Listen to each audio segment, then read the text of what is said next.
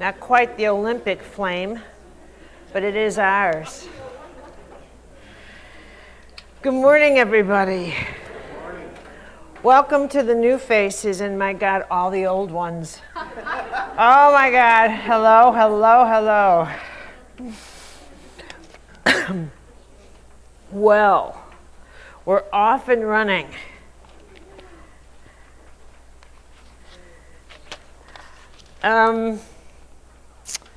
I have 1,000 notes, and always when I do a new course, and this is a new course, on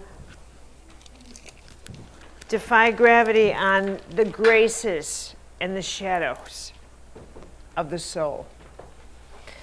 This for me is a particularly powerful class, and I always say that with my classes, but I find that they get increasingly potent. So I'm going to just tell you a little bit as a liftoff of what happened to me in the writing of the book that made it for me such a personally transformational journey, which is part of what I hope to transfer to you. And that's that this book is the result of, in my work, one thing tends to lead to another, to another, to another. It's a progressive journey. And at the end of Entering the Castle, which was my work with Teresa of Avila, and that was the beginning of my mystical awakening, my own mystical life. That's a very funny and odd thing to say, isn't it? But it was the beginning of my interior life. And that was like a depth charge. And part of that, and here's a paradox, because my language becomes very awkward at this point, because everything that you want to transfer becomes everything that's held in silence. This is just the divine paradox of the world that we start entering into. Number two is that we now face the peculiar obstacle of our society, the part of our society that lives in you, which holds in you the myth of the practical God.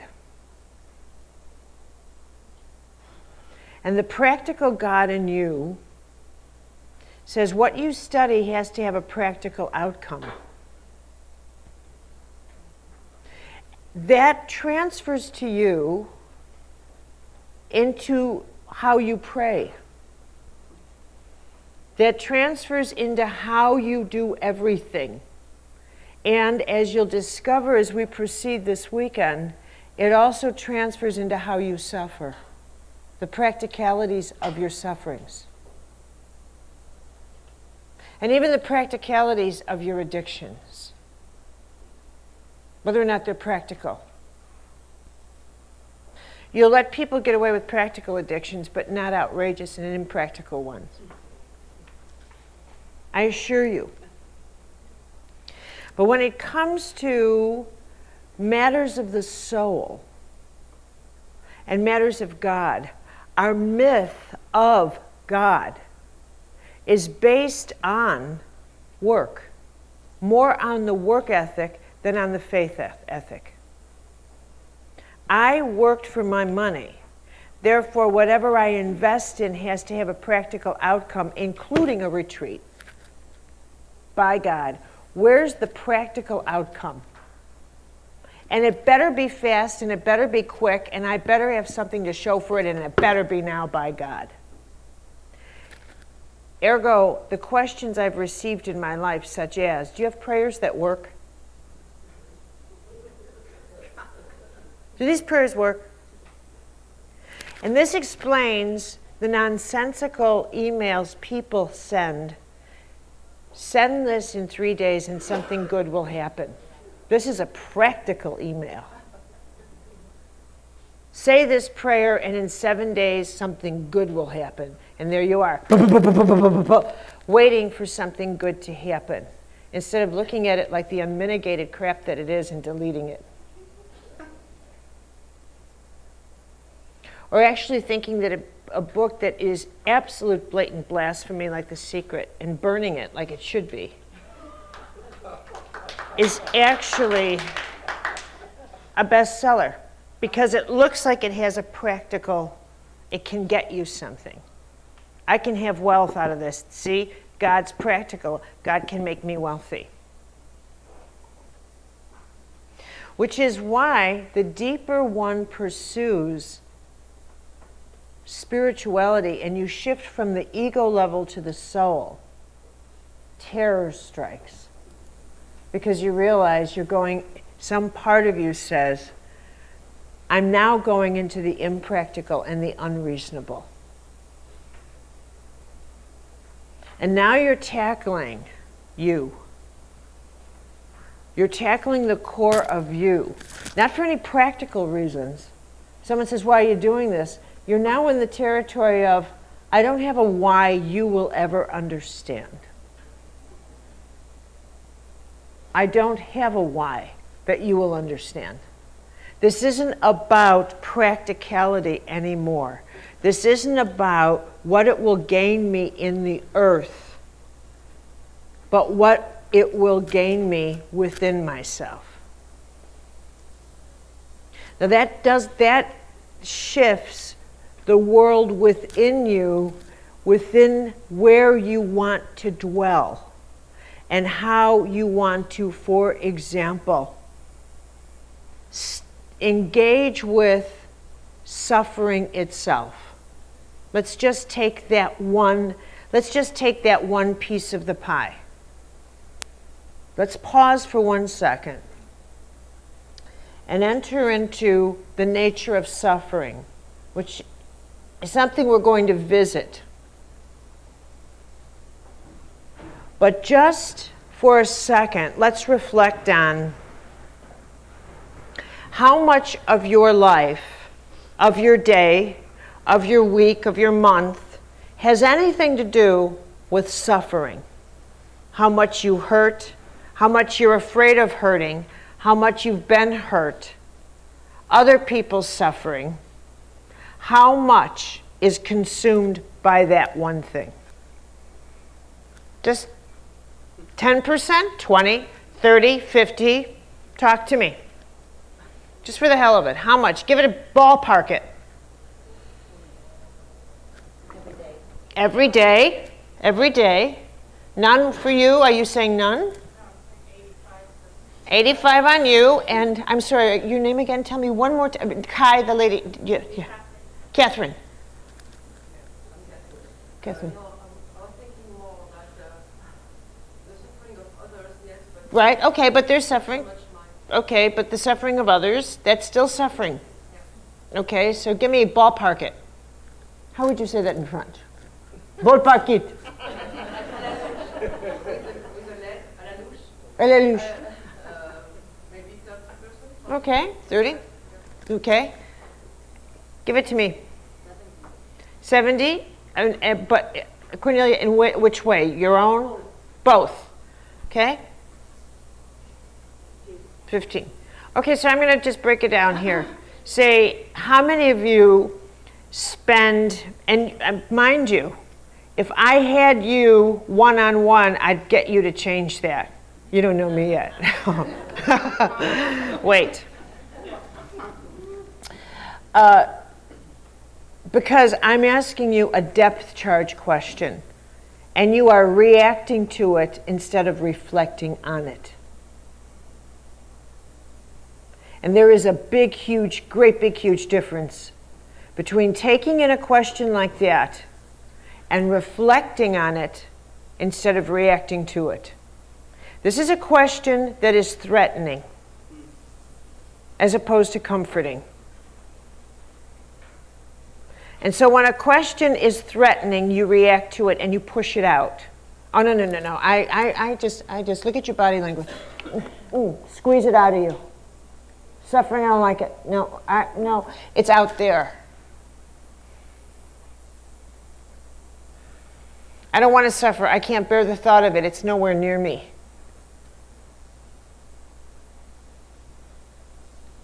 But chip it away and call it pain, call it disappointment, call it anxiety. Let's put different names to it. Call it despair, call it depression. Call it stress. Am I giving you help? Am I helping you at all? Call it control issues over what someone else might, an insecurity about someone else in your life and where you stand with that person. At work, a child, who knows? And what we now have is a constant suffering mechanism. Are you with me? Okay. That one right there, that one factor of suffering is the reason you would do something like this. Because that keeps you out of control 24 hours a day. And the rest of life does not come near you. The rest of your life does not come near you. Because you see it through that lens. And it's not that there's such a thing as a life without suffering. There is not, and there never will be. But there are depth charges to which a person matures the soul. The way the ego sees life is that the ego can actually believe that it can accomplish a life in which it's entitled to a life without suffering. And that other people need to factor, if it can control other people, it can control the suffering. The soul, which is where we're going, recognizes the fallacy of that and says, I need to work within the breath of life itself. I need to breathe with life. Life is a coming and a going, a breath, an in and an out. And it's not about controlling the outside, but about me and about how I react and act and the choices I make in every given second, how I manage creation itself, and with every breath I take. And to actually sense what you are sparking in creation, which is exactly what the 7 passions and 7 graces are about. You sensitize yourself so much that you recognize how extraordinarily powerful you are. Not power in the sense of taking over someone, but in managing your capacity to not let an illusion take you over. Are you following me? To not let a fear possess you. To not let an illusion, in the language of Teresa, to not let a reptile get into your interior castle. Someone could say, well, I don't see the practicality of that, as they pop their Prozac. And you look at them and you cannot explain to somebody who has no sense of the inner soul what the value of truth is. You cannot do that. This is a different value scale. And it depends on where it is you want to invest your inner being. That's the nature of where we're going. For me, it brings me to healing, and with Teresa of Avila, because healing is going to be part of our work here as well. As so many of you know, healing's part of my life now, and it is, and it never was for the longest time. But as Amy can verify, or David, every week I receive letters of people who've experienced complete healings, and they credit entering the castle or the work in their interior castle or that prayer, those prayers from that. And for me, when I started to do the work with that particular material, that particular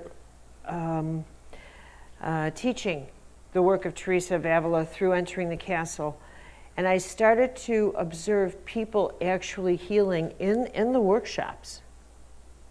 The only thing that changed, as I thought, what on earth is going on here? The only thing that changed was that grace was present in the workshop instead of energy.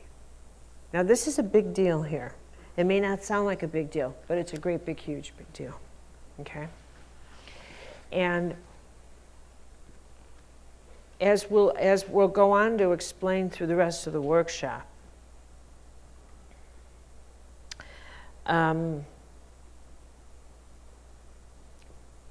within the field of health, within the field of human consciousness, if you observe the language very carefully, and this is why I wrote Defy Gravity, if you observe the language, people talk about the human energy system.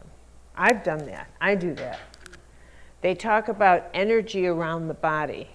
They talk about the body, mind, spirit model of health. But there's very little healing that actually really happens. I mean, if you look at statistics, we are a lot more unhealthy now than we were when the holistic age started 50 years ago. 50 years ago. Can you believe that? 50 years ago. We are, in fact, more toxic, more depressed, more drugged than we were before. We were far more healthy before we ever heard of all this body, mind, spirit stuff. Believe it or not.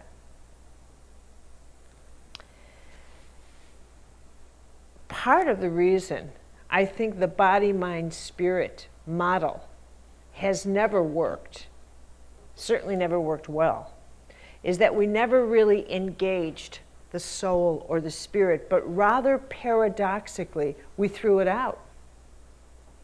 It looked like we engaged the spirit, it smelled like it, but in fact, we threw it out. And we did that because we dismantled the vocabulary of the soul. Just in the 60s, and this is really important to understand this, because whatever words you have in your head are what enable you to perceive your reality. If you don't have the language of math in your head, you can't do math. If you don't have the language of the soul in your head, you can't do soul. Okay, it's as simple as that. If you don't have the language of civics in your head, you don't know you have any freedom. Which is why civics has been removed from school. But anyway, connect that dot.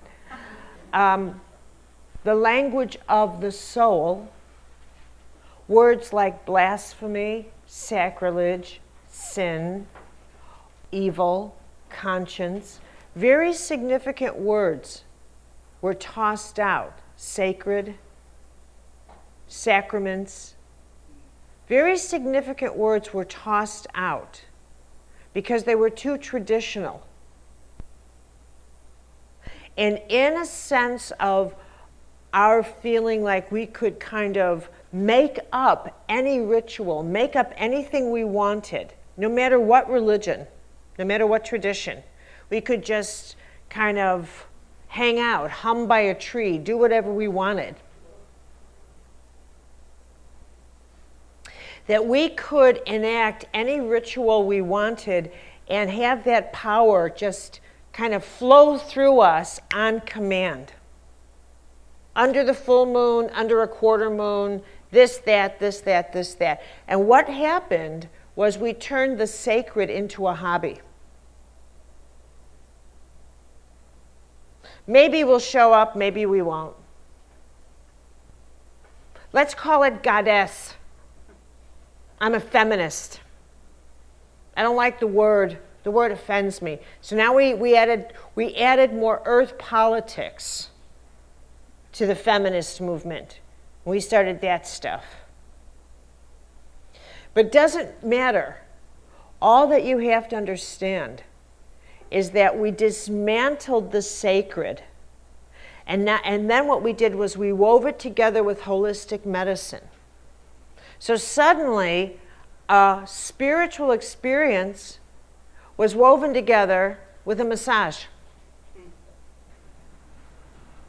That to go to a spa was equal to going on a retreat. What was that about? Since when was going to a luxury retreat, luxury spa, equal to going on a spiritual retreat? That never existed, but we created this hybrid. We created this. We created the most extraordinary things.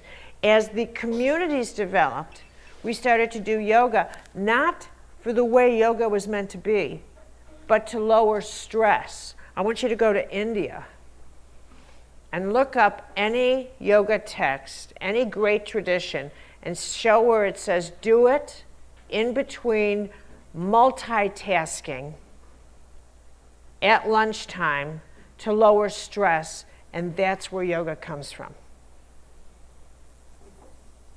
It's not. But we adapted it and adapted it and adapted it to the point where any yogi would scratch his head and say, what is this? What is this? What are you doing here? We took the spirit out of everything. Are you following me here? While thinking we simply manufactured a Western version, and in the meantime, we created this hollow thing called holistic health. This body, mind, spirit with no spirit at all. Because in the meantime, you had pioneers like Elizabeth Kubler-Ross, who pioneered the near-death, the death and dying movement.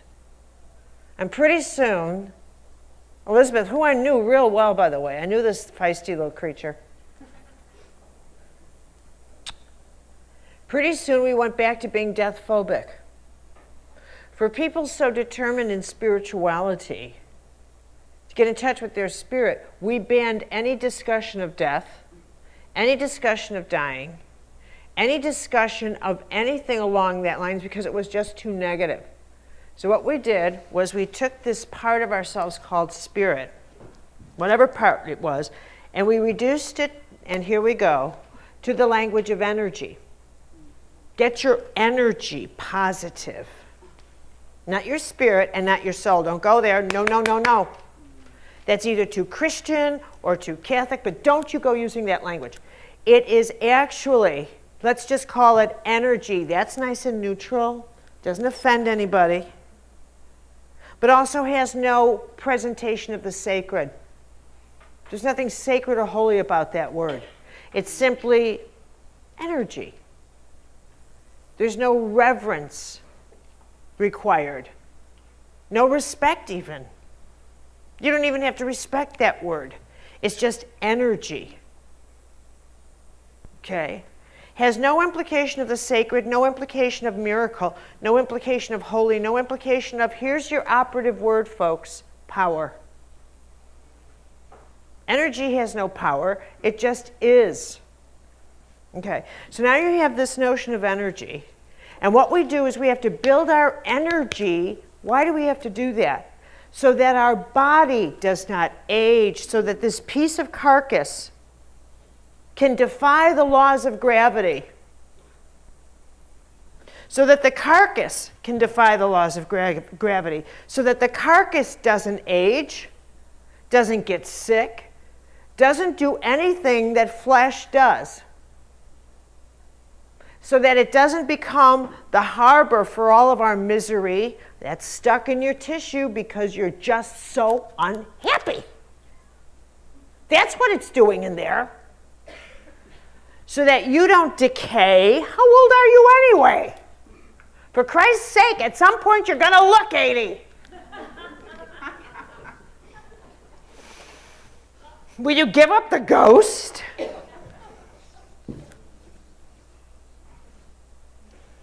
Not if your spirit is healthy enough, by God.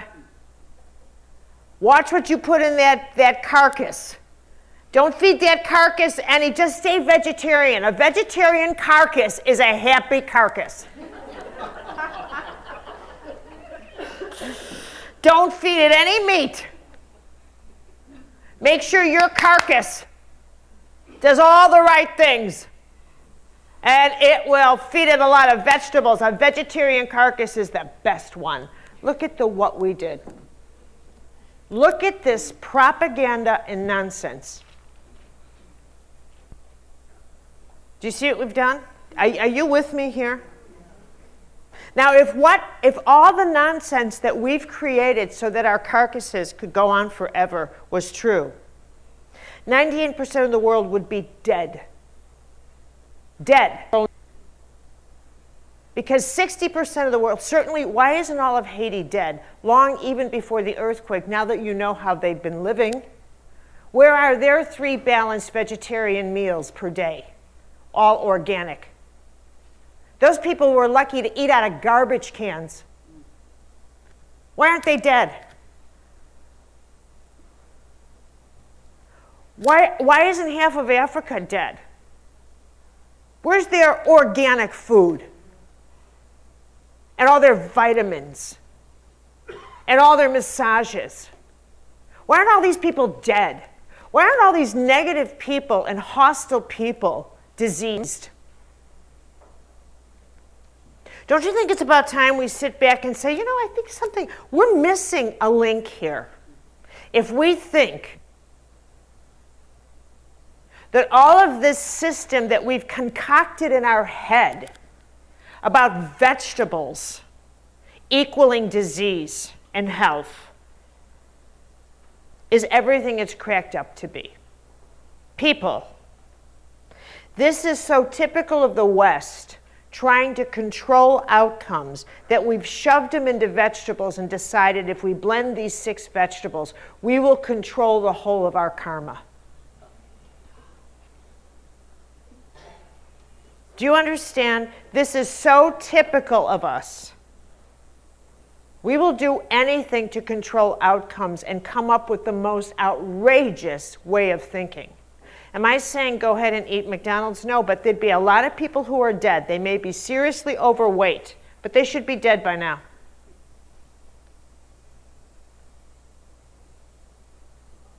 Half the people who perpetrate wars should be dead. From all the people they've killed and the negative karma that they have, they're fine. They have yachts. Something is amiss in the way we think. And the way we think should teach us it's not as simple as we think. The bottom line, people, it's not as simple. And that's the first thing you need to hold on to. It's not as simple as we've reduced it to this basic idea that one negative thought equals this. That one positive thought equals this.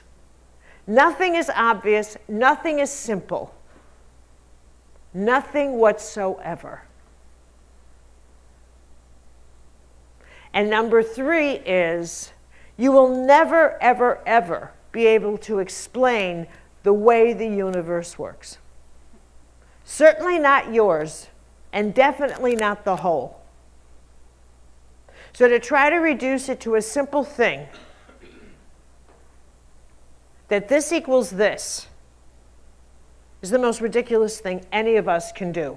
Because what happens is, when this equals this doesn't work out, you will sit down and scream. But it should have. I invested everything I have in this. Well, then you are the fool.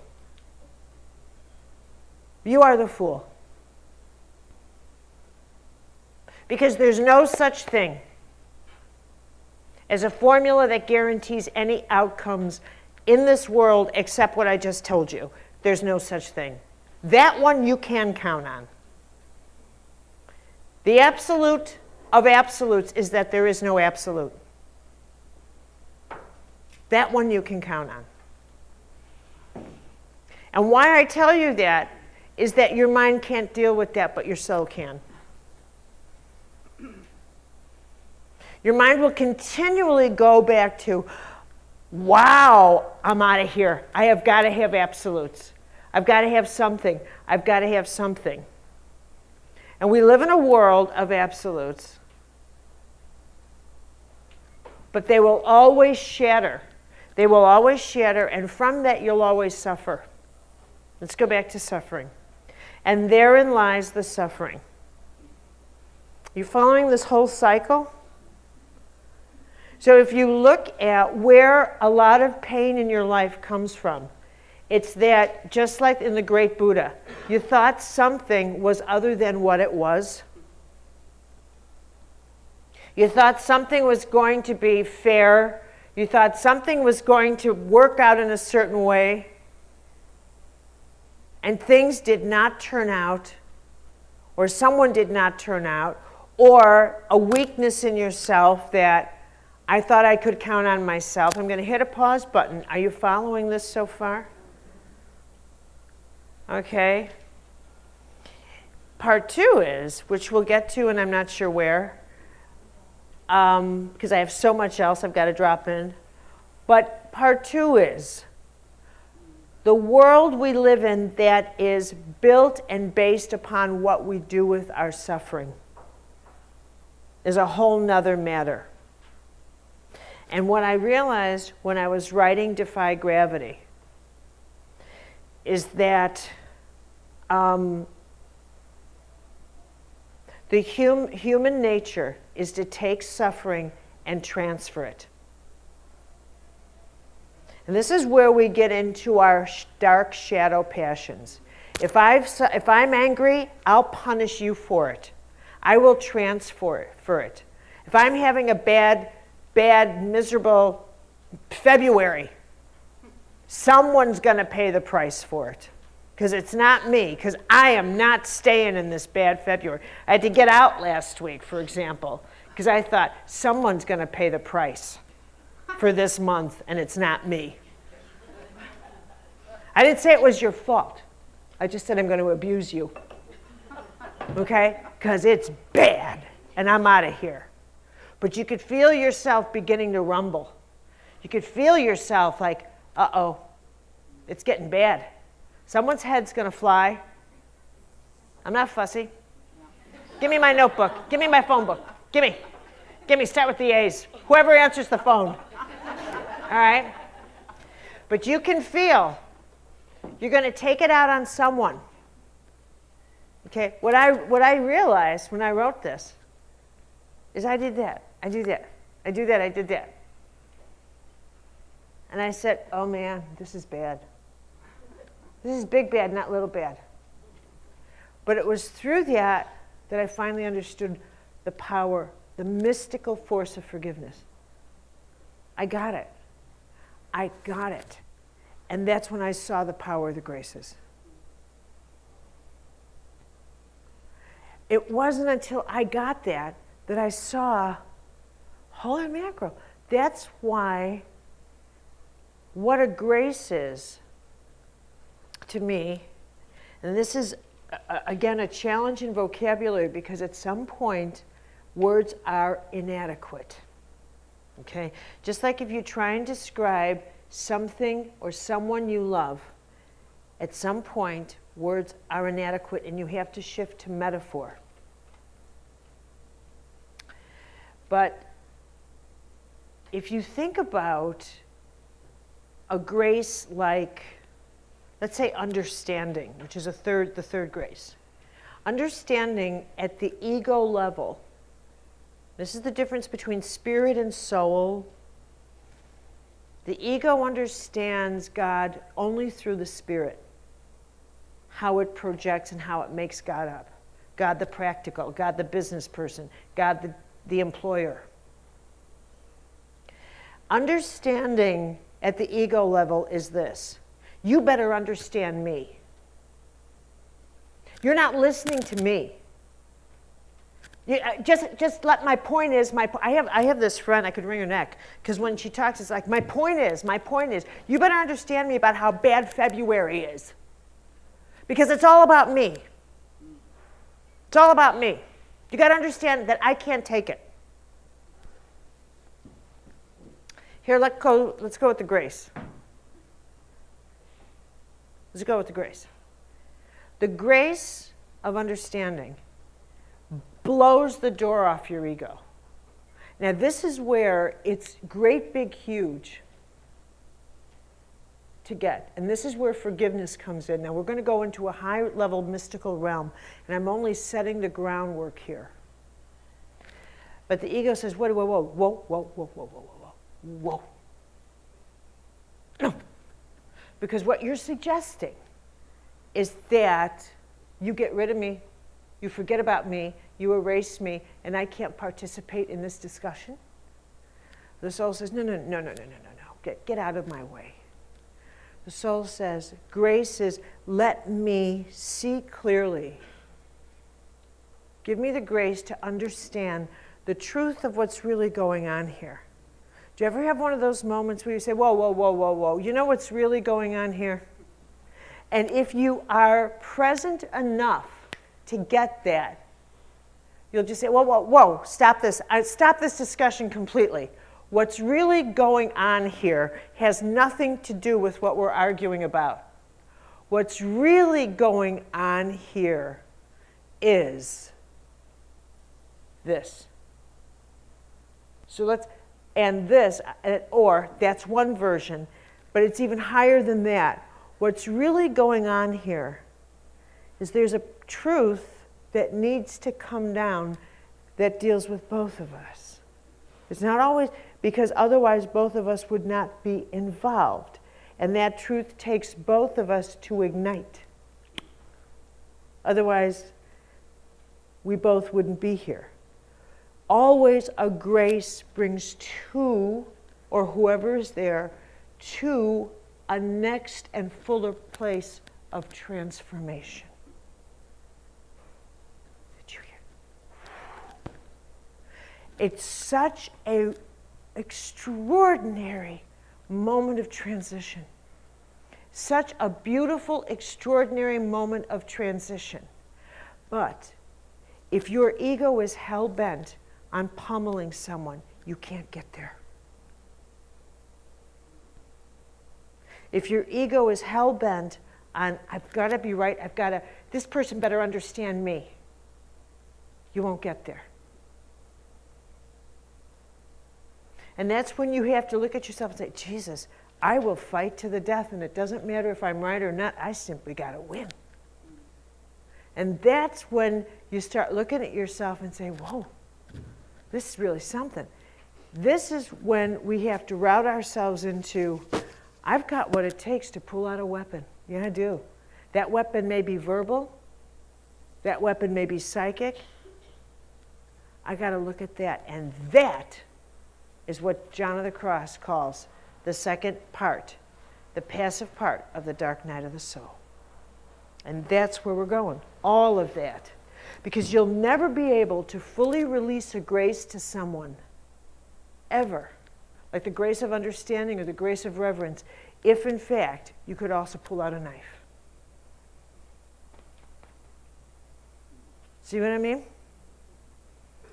We'll always have that in us, But if you recognize it, you could say, I could work my way through this and get to the truth that there's something greater going on, and I can choose the greater while putting the knife away. We're not striving for perfection. We're striving for this word, choice. The clarity of choice. We will never strive for perfection. We're striving for the clarity of choice. That's all you want. If you have that, if you leave here with the clarity of choice, I promise you, the level of freedom you have in this world from your inside will change you for the rest of your life. Because you'll never feel possessed again by things in the outside world that you can see possess another person. We'll always go through periods of darkness, but they won't be as long. We'll always go through cycles of depression, but they won't be as possessive. Nobody is free of those things. Nobody. That is life. That's life. There's ups and downs. Nobody will ever live and not lose someone they love. And they're going to lose us someday. They're going to lose us someday. You can never look at someone and say, I'll always be with you. That's a lie. You will not. Someday it's going to be you in that coffin. Okay? This is life.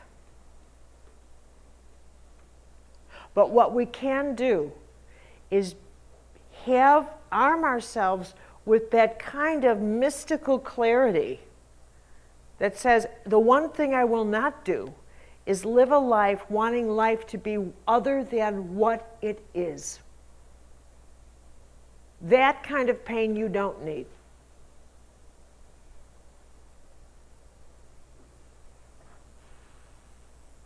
And the second is to enable yourself to fully use graces and abilities in you that the human soul is actually more equipped with than most people realize. And now we're going to talk about the nature of the mystic, which is, in fact, your natural wiring. Your natural wiring. And I love this part. After lunch, I asked Jim, who comes from a Jesuit background, to talk about Ignatius Loyola and some of his teachings. And there are, Rumi was a great mystic. Buddha the Enlightened was an avatar cosmic mystic. All of these great souls, I consider, whether you're dealing with the great rabbis, the great Kabbalists, all of these great mystics, they reach a certain altitude in their soul where they no longer belong to a tradition. They belong to the universe. They belong to everybody. Which is why you can go and get their teachings and say, this is just like, because they belong to us all. But they have to come from somewhere. You have to come from some country before you become global. So ignore, if you will, their roots and absorb their truth. Agreed? Okay. Now, do you have any questions so far? Good. Okay, you need a breath? Good, no. I want to talk about, give you a definition of mystics and mysticism, just so you have this working in yourself, because it's so good. And we're all on the same page. To me, a mystic is somebody who has an active awareness of inner vision. Now, I'm going to draw on this board, and you can, thanks to Jerry's magic,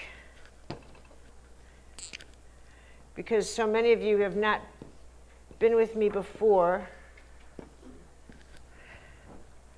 this has become the icon, but it started out because I always used this from Finhorn since the days of my early days of teaching at Finhorn to illustrate actually what you are energetically like. Think of this as the bubble you live in, and your, what I would call grace coming into the top of your head. I started out earlier speaking about energy and the difference between energy and grace. Here's your waist, 1, 2, 3rd chakra.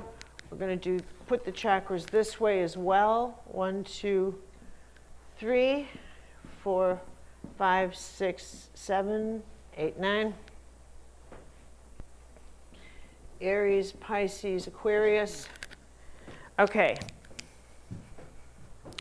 I said that the sacred was taken out and our vocabulary was taken out. And here's the significance between the spirit and the soul, the ego and the soul. A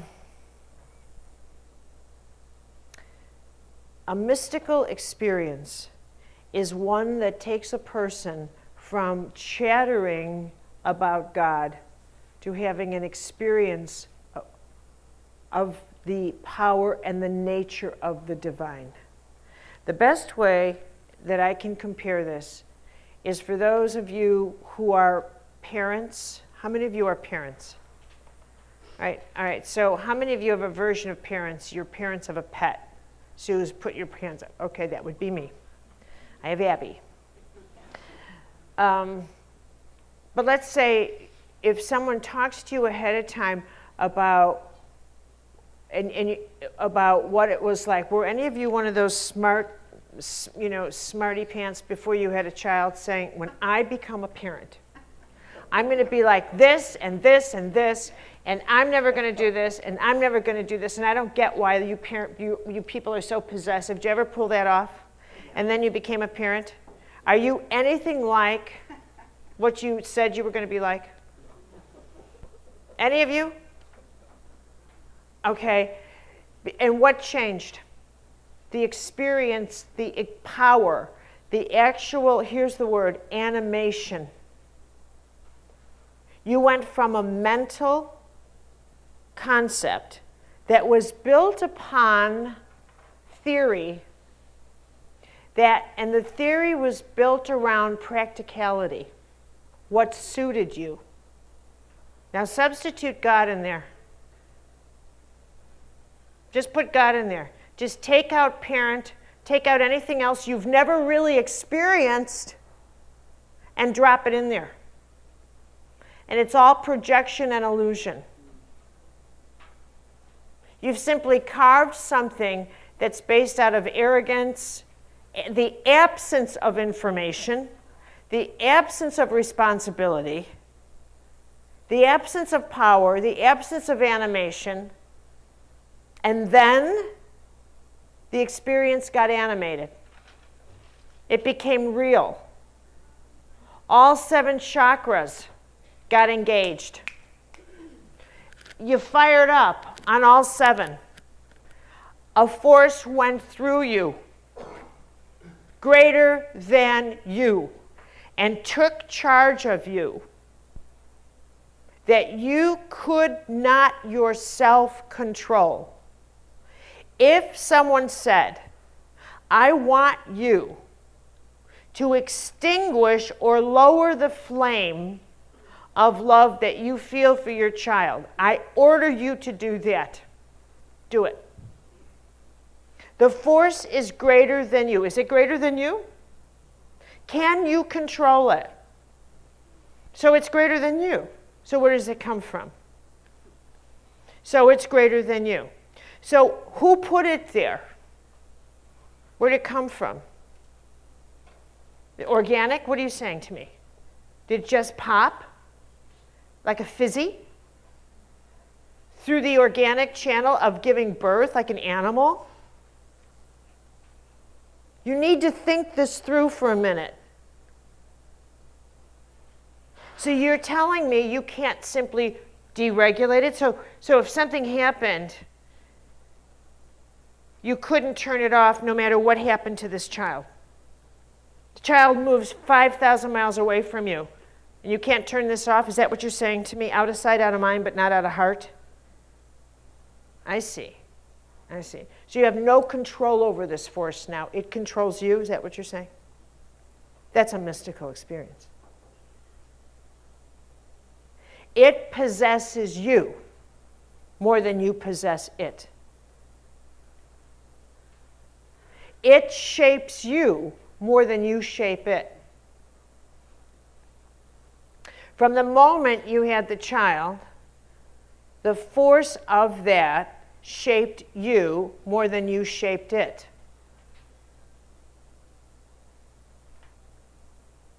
You could no more control that than you can control the wind, which is a constant. And it directs us this way and that. Are you with me here? That is a mystical experience. And if someone has never had that, and they said to you, why can't you control yourself? Why can't you control this feeling? Stop worrying. Okay, now think about that. Now someone who has never had that experience, has no idea what this animation is inside of you, has no idea what this fire is in your heart that you feel for a child. No idea. Says, why are you worrying all that? What's the matter with you? Pay attention to me and turn that off. I'm here. It's all about me. Why are you so worried about this child who's somewhere else? I don't get why you're so worried. Turn it off. Can't you just turn it off? Can't you just pay attention? But you can't reach your child. Something's wrong. You know something's wrong. You get this feeling. You got a hit. Your stomach's turning. Your heart's racing. Something's wrong. Something's wrong. Something's big wrong. You know it. You know it. You know it. You got that gut feeling. You can't find your son. Can't find your daughter. Okay. Panic time. Heart's going. Can't find them. Someone says, just turn it off. What's the matter with you? That's a mystical experience. The alarm's on. It's trans-rational. There's no rational. Person says, where's your proof? Someone call you? Did someone say, was there an accident? Did you get a call? No. Where's your proof? Give me your proof. Give me your 5 sensory practical, emphasis on the word practical. Where's your practical proof that you should be taking away from our fun dinner party with your anxiety? I want the practical proof here because you're ruining my party.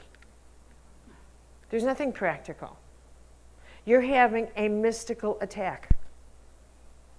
You're in the realm of mystic. It's not classic, but it's mystical. It's on the mystical wiring. Mystical wiring. You're sensing something. It's coming across the wires. It's coming into your system. It's trans-rational. If the 5 senses that are always looking for practical proof say, there's nothing here to prove you what you're feeling, you have to dismiss their side because what you sense is infinitely, here's the word, more real. And there you go. Are you following me now? What's more real? Your interior life or your 5 sensory life? Your interior. Now the question becomes, at what level, and what I'm talking to you now is about what is the equivalent of a first chakra tribal family mystical experience, to put it in ground level. This is a grounded family. I sense something's wrong with my tribe, family member experience. That's not threatening. It's more than just an intuitive experience. You have to consider that in the realm of mystery. And from that point of view, what many people would say, for example, that they would call that intuition. And they would not think of it as a mystical experience. They would call it mother's intuition. But, and those are the people that would use the word energy. I felt my energy change. But let's just say you recognized it wasn't energy, that was grace. The difference is someone who would use the word grace and recognize that in fact it was a mystical experience is someone who is not afraid to pursue that level of inner dialogue beyond basic alarms and into much more sophisticated guidance. Are you with me here? First, there's the alarm system. Then there's personal guidance, and then there's revelation. Where what you are told not for you, but for others as well. But in order to proceed at that level of grace, where the graces you receive come through you in order to change the lives of others, healing graces, messenger graces. There's a lot of work a person does on themselves so that the system's cleared. Okay, this is why you learn what you have to take on your shadow. And why another reason I wrote Defy Gravity is because in the healing business, the way they set up healing in body, mind, spirit in business is they only take people as far as what others have done to them. Therapy and finding, let's go figure out who hurt you, and if we could do that, your illness will heal. No, it won't, never has, never will. All it does is a whodunit. Who did this to you? As if by unearthing that information, your tumor will suddenly disappear. Your cancer will suddenly evaporate. Never works like that. Never has, never will. But that's how we've modeled it, is on protecting and enforcing and supporting the victim. But it will never, ever, ever heal an illness, not in a million years, which is why people don't heal. People need a witness, but the witness doesn't need 1,000 support groups and parties. Okay? Are you with me here? No? Does that baffle you? Do you have any questions? Does that sound like it's too strong? Yes, no? Yeah. Muddy away. When you started talking about mothers and... Yeah. Mothers and puppies. Well, I have to do puppies because I have one. Well, I have many, but having never been a mother... I'm not a mom. I'm sort of a half mom. But listening to you speak about that, I'm questioning at what point is it...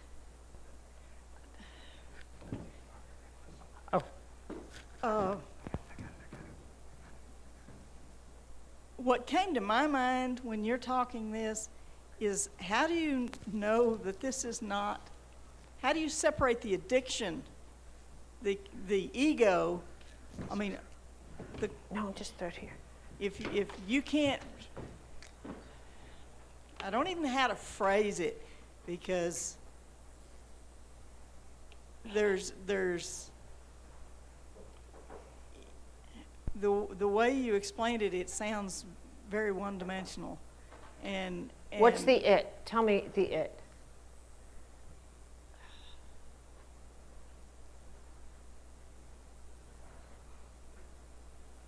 I don't know if I can. Oh, You know? yes, just ramble. I bet you can do that. Sure you can.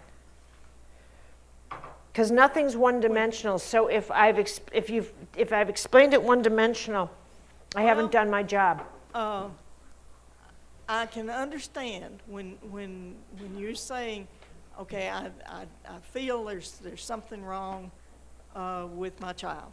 I can relate to that.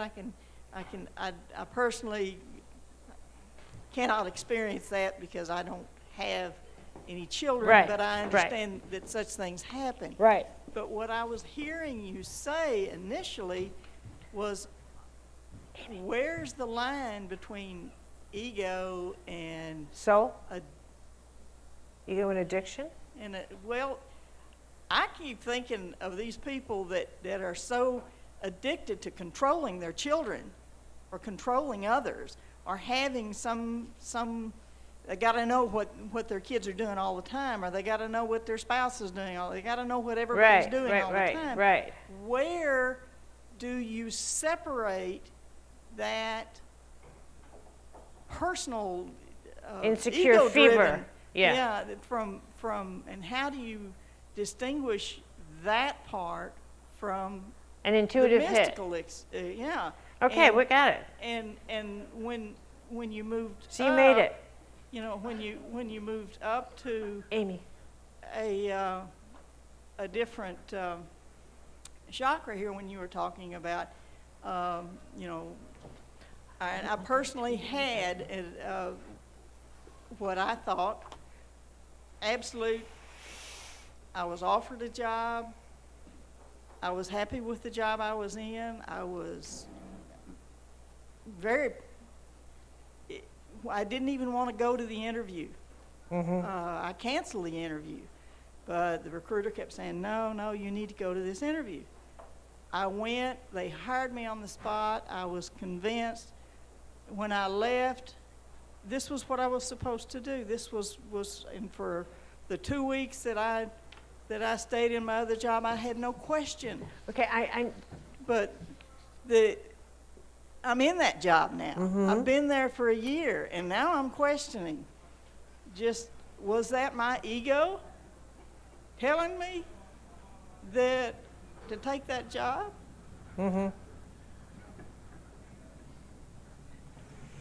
You know, this is something, let me describe things this way.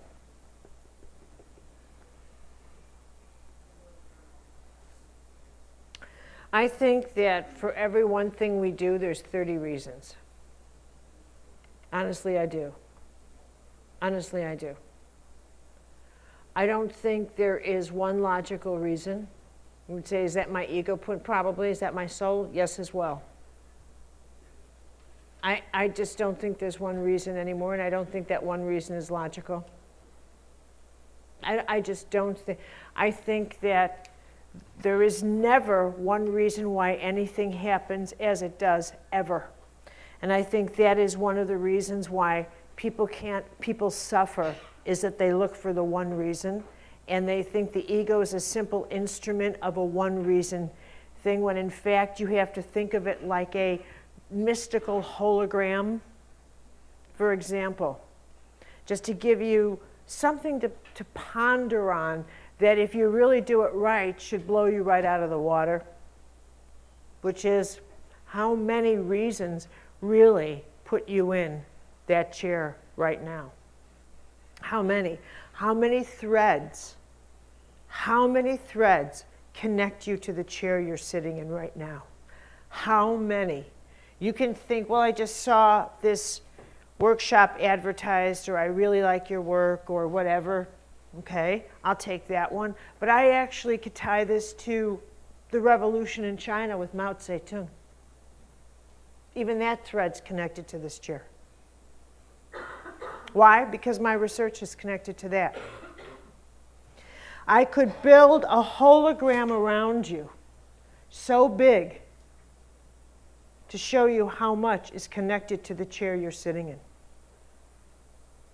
And all of that is connected to why you have the job you have. Because all of that is part of the suffering you're dealing with right now. Shall we keep spinning?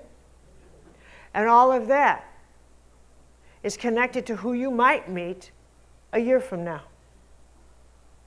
And all of that is aimed at getting you to perhaps ask one question. And maybe prepare you to heal 5 people 1 year from now. So great a mystery are we. Which is why when people say in healing, what's the one cause for this? I want to look at them and say, but I don't. But I don't. But I don't. But so great a mystery are we. Are we. Which is why to release that level of reason entirely is to release suffering. If you could grasp this and to stop with those questions and to say, I've had enough of that. Okay, but let me just finish. And to hold that and just say, and to get to the level of saying, you know, I've got to stop. Maybe I'm asking the wrong questions. I can still ask questions. But maybe these aren't the right ones or the wisest ones. Maybe there's a whole different type of question that's going to produce a different type of response that may just be a little bit more effective. And I'm going to try that one out. And that's the direction. Because this isn't producing anything. So why do I keep asking these questions? Are you with me there? So I need to talk about John of the Cross before. Does that help you a little bit? You're my lady of 30. Oh, let me just think about something. What's the difference between addictive? Okay, let me just finish that one question you asked.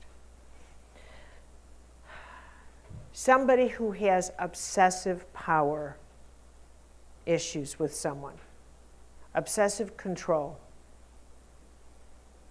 that is an obsession, okay? That is an addictive obsession. And that needs to be recognized for what it is. And I don't know if that person can always in any way hear or sense an actual intuitive hit. In the same way that someone who has a somewhat ordinary state of equilibrium would pick up an intuitive buzz that suddenly comes in out of the blue. That suddenly just comes in out of the blue. Because in a sense, an obsessive compulsive personality who's always leaning toward, where are they, aren't they, is really saying, are they thinking about me, are they thinking about me, are they thinking about me? It's not that you are thinking about them. What you're really saying is, are they thinking about me? Are they thinking about me? Are they thinking about me? Are they thinking about me? What if they're not thinking about me? Are they thinking about me? Are they thinking about me? Are they thinking? That's what you're really doing. You're obsessing about whether or not they're thinking about you, not whether they're okay. It's about whether they're thinking about you. And it's that obsession becomes so compulsive and so one way that it's being under a spell. And while everybody is under a spell, is under at least 25 spells, at least 25 spells. You know, I'm too fat, I'm too thin, I'm too this, I'm too stupid, I'm not bright enough, I'm too this, I'm too that. I was entitled to this, I should have gone with you to this meeting, I blah, blah, blah, blah, whatever spell someone's under. Nevertheless, those spells are blockades to clear intuition. But spells become possessions. You know, there's influence, there's spells, and then there's possession. And it's very, what can I tell you? When someone's possessed, they can't hear guidance. They just can't. I mean, maybe that's why accidents happen. They sort of break that. Okay, I would like to just chat about John of the Cross and where it fits into this work before we go on a break. Okay?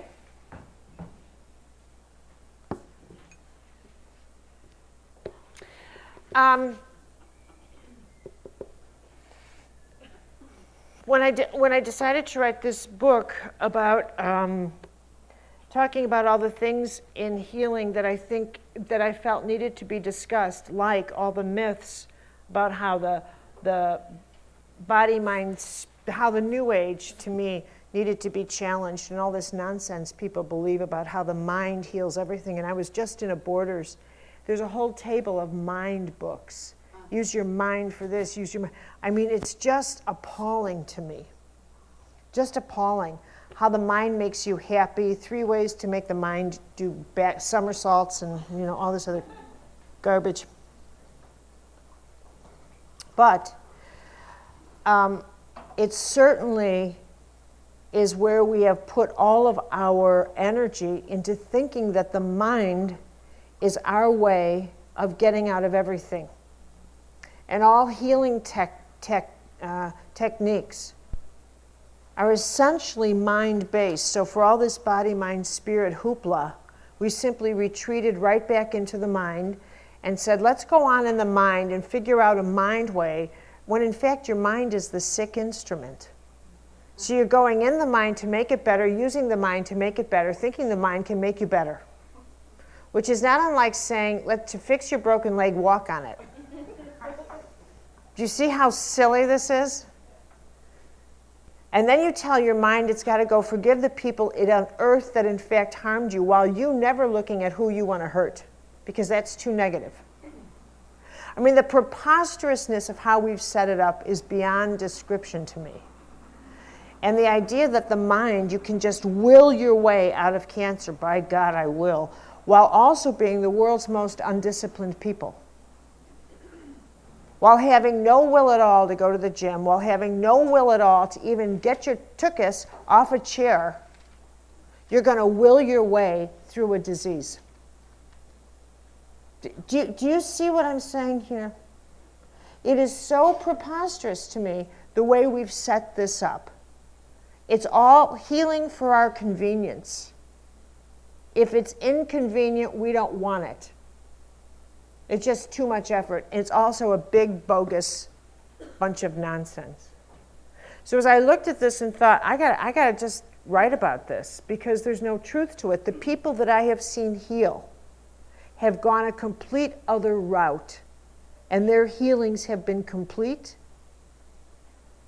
And they've been actual healings, not remissions, not temporary feel better, but actual healings. No more tumors, no more cancer, no more anything.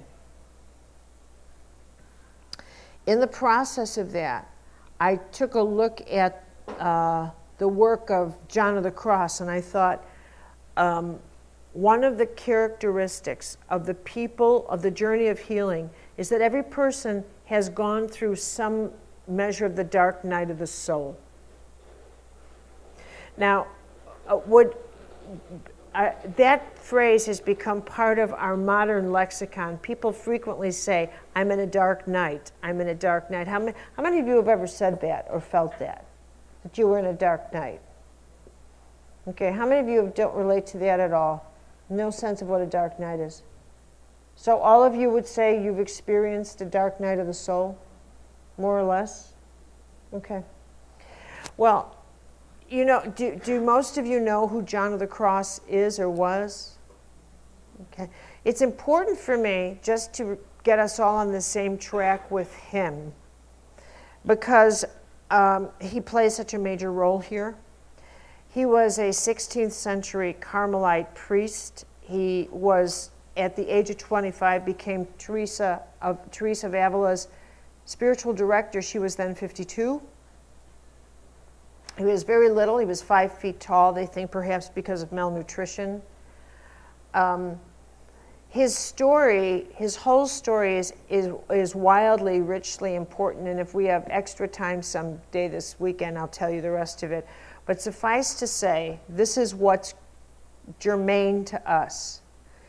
John received passionate guidance, is the way I would put it, to follow certain instructions. And divine or passionate guidance is part that comes from the type that comes from deep from within. Now, I think all of you know what it's like to have a hit that sends chills through you. Not a horrid hit, but a creative one. Something from up here is not one that sends chills through you because something terrible has happened. Just to give you a direction of how guidance and intuitive, the difference in the field effects of grace. Upper level grace, I say upper level, I don't mean, when it comes in from the higher chakras, when it comes in from the high altitudes, this is always filled with the buzz of what I call a download, a sense of directive, a sense of instruction. Now, the practical part of you is going to say task, job, stuff. This is now what I'm saying. The instruction could be, as I'm going to read from Meister Eckhart, one word. One word. One word's enough. God gets in the wall of your soul for a second. One word's enough. To know that there is a huge force who knows you by name. That envelops you. It is the great transition. It is the great envelope of grace. When grace comes from the earth,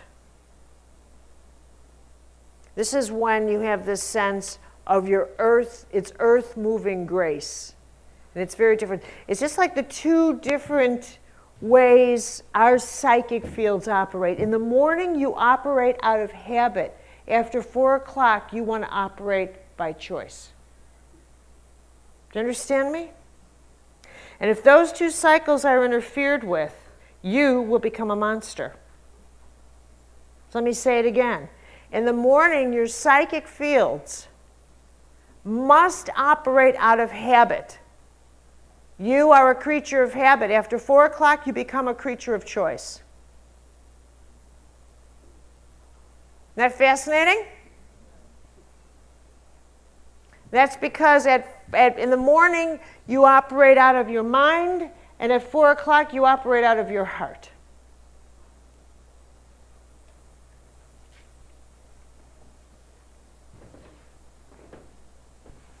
It's one of the interesting things that I'm writing about in the book on addictions is the difference in these cycles of the mind cycle and the heart cycle, and the cycle of habit and the cycle of choice.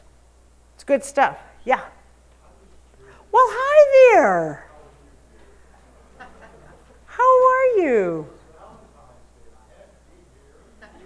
Oh. Oh. Oh, okay. Back to that metaphor thing, you said something that struck a nerve with me when I thought about a reading I'd done some time ago in the Gospel of Philip. And Philip said, we conceive through the grace within each other and are again engendered. And I just was thinking about what you had gone over explaining about this awesome mystery of mystical experience itself. There's nothing more strange to me than the mystery of love. And I found here recently, God has been waking me up every morning around 3:30. And the weirdest thing is I've been having the strangest dreams you could ever imagine. I had one where Jesus told me to be here for this occasion, for this, I don't even know what to say yet, except that I had this strange revelation where all of a sudden I felt that everything that I was saying in my writing was supernaturally protected against error, that everything I was saying was true. I'd love to have that feeling. Huh? No, sorry. I'd love to have that feeling. I know, I kind of gathered that. Then it struck me, strangely too, that I'd read something in the Kabbalah, and I got very interested in this when I was doing some writing and wrote out this essay about the mystery of the bridal chamber that Philip discusses in his gospel. And then I realized that everything of faith is of God. Everything of God is from the heart. It just hit me that way. Good. Well, thank you. Thank you. Good to see you. Okay. On to this, and then we're going to take a break. Thank you for that. I went to the work of John of the Cross and the Dark Night because what people had in common in their healing is that they cycled through a dark night and they came out the end. And we'll talk about this extensively when we come back, and then I'm going to ask you some questions, and how I'm going to work this workshop is as I go into each of the graces and each of the shadows, we're going to go into the events of your life, into the events of life, into the nature of choice, into the nature of what you're afraid to choose, what you should have chosen, what you do choose. And then I'm going to break you in discussion groups so you actually discuss what could have been, should have been, is, might be, etc. As I looked at the work of John, he was somebody who, in receiving this guidance, and as I was saying to you here, there is this sense of profound, passionate guidance that comes in through here. All of you know what that is, maybe just once, but you've had it. And when you follow that, it again defies reason. If you've ever followed a type of guidance that makes no sense to the world around you, if you've ever had that experience, this is not an experience that you get all the time. Let me be clear here. It's like the difference between a promise and a vow. You don't make vows every week. And you don't get guidance like this all the time because it's potent. It's potent. And it goes the distance. And it requires a lot of mini choices to support its download in you. But it blows the doors off the scaffolding that you're standing under, which is why it's so terrifying.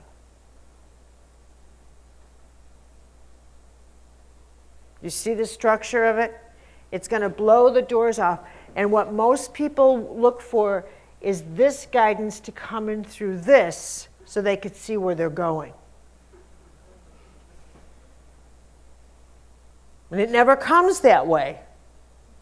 This is too potent. It never comes in through the first. with John,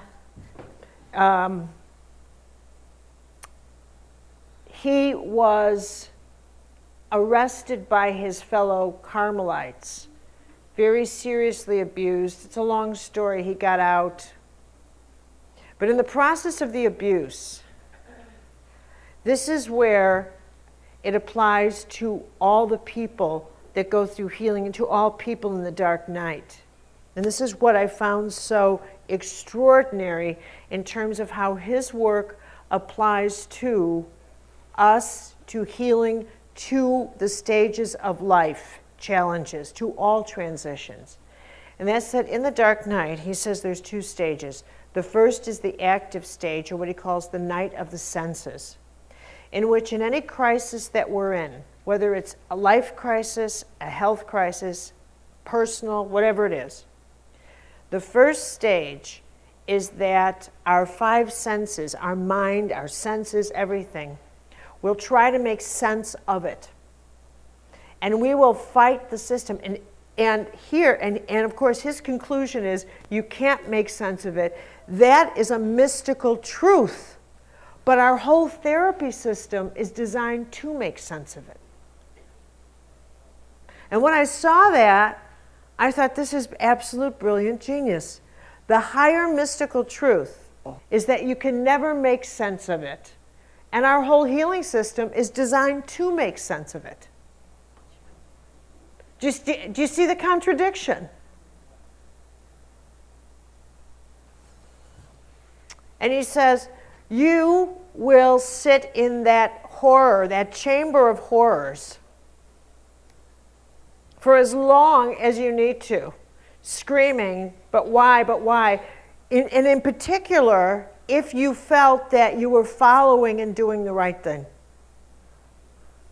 Because what people always do think is that if I'm following the guidance and doing the right thing, I should have been rewarded. It should not have come out this way. This backfired. And somebody is responsible. Ergo lawyers. Somebody's going to pay for this one, and it's going to be big and painful. Okay, so you see exactly how we've set up our system here. And he says, you have to get crushed. And that whole way of thinking has to get crushed. Because he says, this is the dark night, the first stage. And it was at this stage that I thought, oh my God, this is outrageous. No wonder people don't heal. This is the chamber of horrors, our whole healing system. And then our healing system, what else it does is it leaves you in the lurch. It says, well, now that we figured out who hurt you and where your negativity, off on your way. Go find a support group, eat your vegetables, you're going to be just fine. And no wonder people just go from one addictive drink, one addictive thing, one addictive stuff to the next. They never get out. They never really make it. They never really metamorphosize to, they never get out of their shell. They never break through the chrysalis. They never get out of the chrysalis to the butterfly. John says, oh, no. After the active dark night comes the passive. When I saw that, I thought my holy grail, the graces. He says, you've got to look at your 7 shadow passions. He says, it's not, you have got to look at, the whole healing thing is based on who hurt you, where life disappointed you. That is not why we're sick. We are sick because of who we want to hurt and of the vengeance we store in us, and of the disappointment we store in us, and of the suffering we store in us that we want to project onto others, and the permission we give ourselves to do that. We're not sick because of what people did to us. We're sick because of the bullets we have in our own pocket. And that's where therapy never goes there, because it's too dark, it's too negative. But that's why we're addicts. That's why we're sick and we don't get over it. And that's why we won't share our graces. That's why when somebody comes up to us and they want approval, we make them beg for it and then we walk away. And we use this power. And our intuitive system, which reads them this fast, and this is what I learned when I wrote Invisible Acts of Power, is that we're all gifted natural intuitives. This fast, our natural gift is to empower someone, to heal them. We are called to this. We are naturals at it. We are naturals at it. These are fallout gifts from the graces. They fall right off your tree. If you picture yourself like the Jewish tree of life, you're dripping in these graces. They're fruits from the tree is what they're called. But they don't come because we choose to punish someone first. We have to look at these shadows and recognize in every second I'm either choosing to hurt or to grace somebody. And I got to get in touch with that, because if I could easily give approval, I am gracing this person, and in fact it comes back to you tenfold. All those mystical laws are everything they're cracked up to be.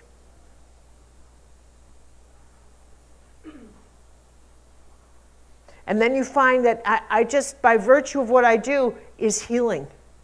It's just, I don't have to think about it. It really does act through me. It really does act through me. It is the natural result of. Are you following how graciously this is set up? How cosmically, which is why these healers never set about, these great mystical healers did not say, when I grow up, I want to be a mystical healer. It just was the fallout of their soul. Okay? So that's where I want to take you. That sound okay? Okay, let's go have a break.